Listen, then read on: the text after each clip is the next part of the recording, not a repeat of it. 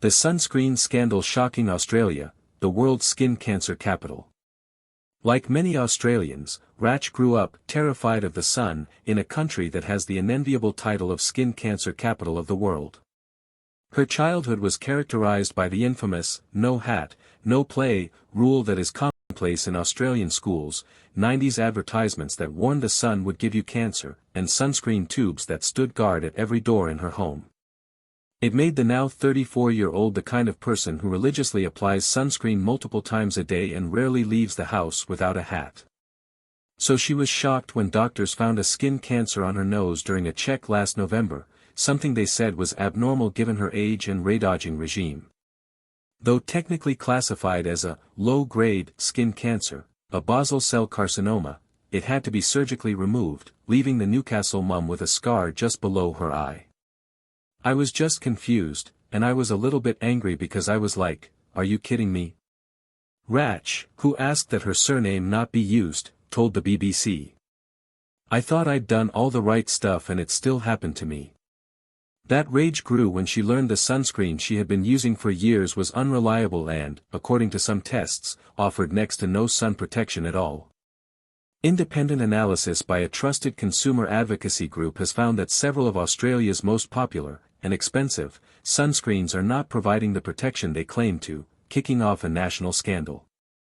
There has been a massive backlash from customers, a probe launched by the country's medical watchdog, multiple products pulled from shelves, and questions raised about the regulation of sunscreen around the globe. "It's definitely not an issue isolated to Australia," cosmetic chemist Michelle Wong told the BBC. "Australians have a complicated relationship with the sun, they love it, but they also fear it. Effective public health messaging, which has drilled slip, slop, slap into their heads, competes with a beauty culture which often idolizes bronzed skin. The country has the highest incidence of skin cancers in the world, and it is estimated that 2 out of 3 Australians will have at least one cutout in their lifetime. So when Choice Australia released its damning report in June, it immediately made waves. The group had tested 20 sunscreens in an independent accredited Australian lab, finding 16 did not meet the SPF, or skin protection factor, rating listed on the packet. Ultraviolet's Lean Screen SPF 50+ mattifying zinc skin screen, a facial product that Rach says she used exclusively, was the most significant failure identified.